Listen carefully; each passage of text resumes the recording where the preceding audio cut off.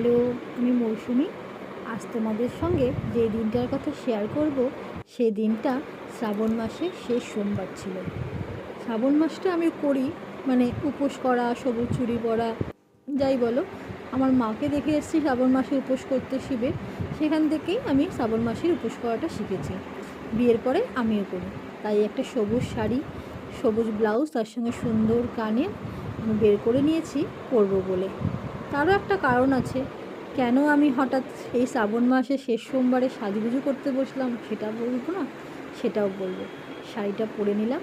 শাড়িটা ভীষণ সফট আর হালকা, খুব আরামদায়ক।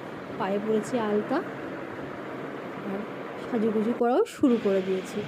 একটা সবুজ টিপ পরে নিয়েছি।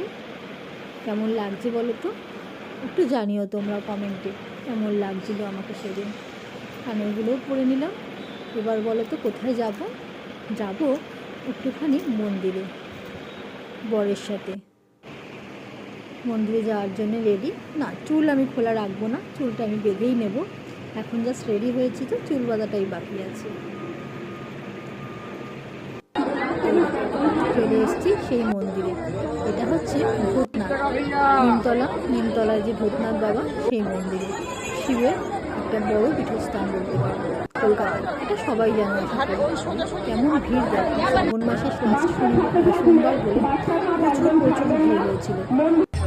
আমি একটু গঙ্গায় হাত পা ধুয়ে নিলাম, বাবার মন্দিরে যাবো বলে উপোস করেই ছিলাম সেদিন। আমি গঙ্গা স্নান আর করা হয়নি, তাই একটু জল মাথায় দিয়ে নিয়েছি।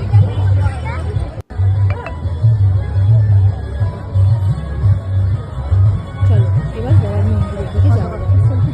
গঙ্গাটা দেখো কি সুন্দর ভরে রয়েছে। বর্ষাকালে গঙ্গাটাও দেখতে ভালো লাগে।